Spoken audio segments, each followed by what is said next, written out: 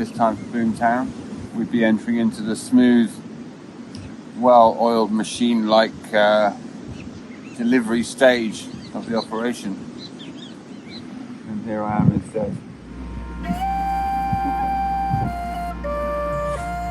The butterfly girl came down from the moon. In Panama, I was working on a project called Plastik Paradiso with a fellow artist, Maitani Borospe, and we were recycling sea plastic and turning it into sacred objects and objets d'art. Of all the places to be quarantined for this COVID situation, I ended up getting quarantined at a festival, the last festival in the world. We were on site there for just over 100 days. In the end, we took a humanitarian flight out to Mexico. Don't worry about all that. The answers are inside. And remember, you are an individual. We really were this year looking to do something that I believe has not been done to the scale anywhere else in the world. In the trailer that we launched on February the 6th, we planted Easter eggs and a breadcrumb trail, and that would lead you onto an exploration of the narrative online. And this also tied in with the opening of our new event space here in Bristol, Area 404. All of this was just world building and just detail ready for those gates to open. And of course, all of this then would have culminated all the way up until that final Sunday show.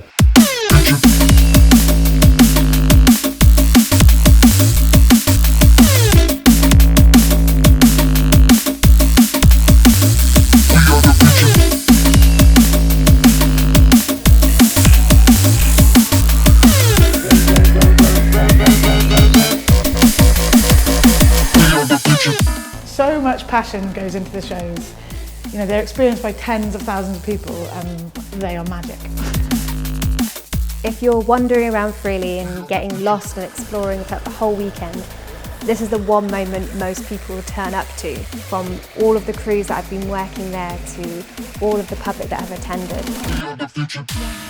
There is so much creativity and collaboration that goes into those final ceremonies, from the beautiful set designs, the elaborate performances, or the bespoke tracks that are made for each individual show.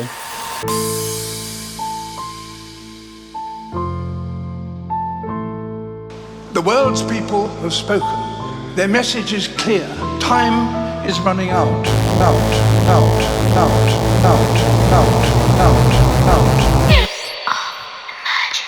We are the future.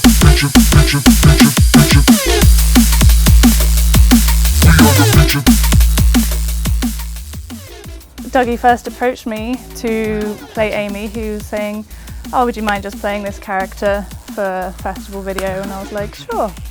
And she's actually become this powerful energy that's influenced a lot of people and got a really good message to send.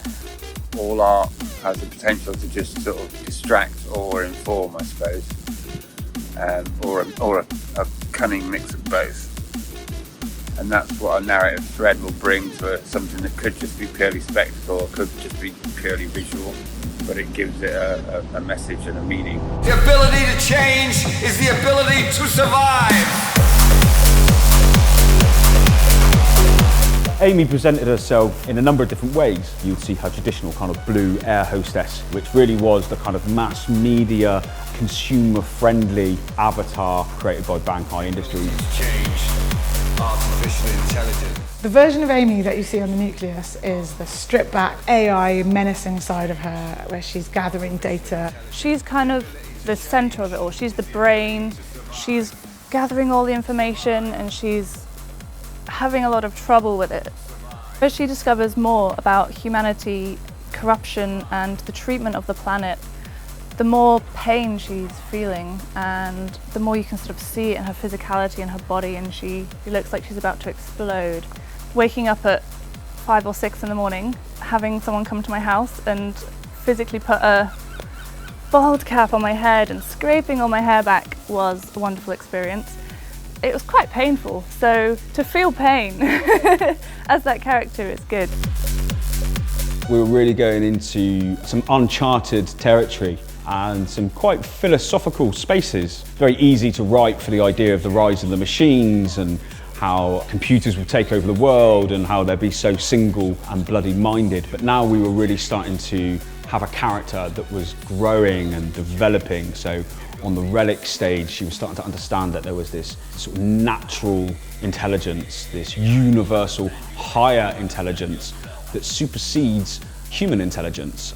You know, when you look at storytelling on a sort of one-to-one level, or watching a film or going to a theatre show, sort of spreading that out across like hills and valleys and hundreds of different venues. It's an immense challenge to make it all tie in and make sense, but it's also a unique opportunity and a unique way to tell a story as well. Our mission to sort of reflect the world and to look at real world issues with the environment and with corporate control and all these sort of things that are so poignant at these times. And artificial intelligence and data being one of the most valuable commodities. And then the 404 events we did with the virus and the contamination and stuff, and the lockdown. Sort of last thing I saw leaving the country was state of emergency posters all over the tubes and stuff. And then, yeah, a couple of months later, sort of global state of emergency comes down, which was pretty intense, you know.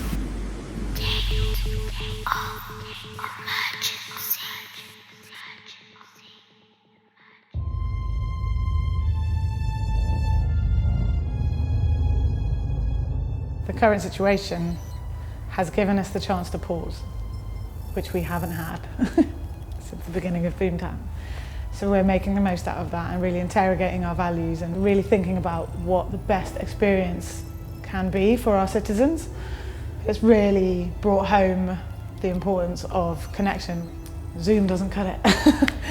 We need each other, and I think next year is going to be that big celebration of that connection that we all feel and that we all need.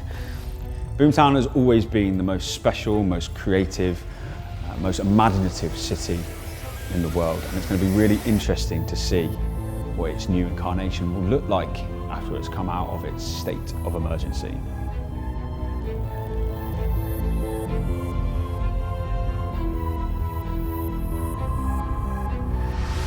Now our city sleeps, perchance to dream of wonders and visions as yet unseen. In times of change ourselves we found, in a new world growing from the ancient ground, as all we know must turn to dust, yet paradise still belongs to us.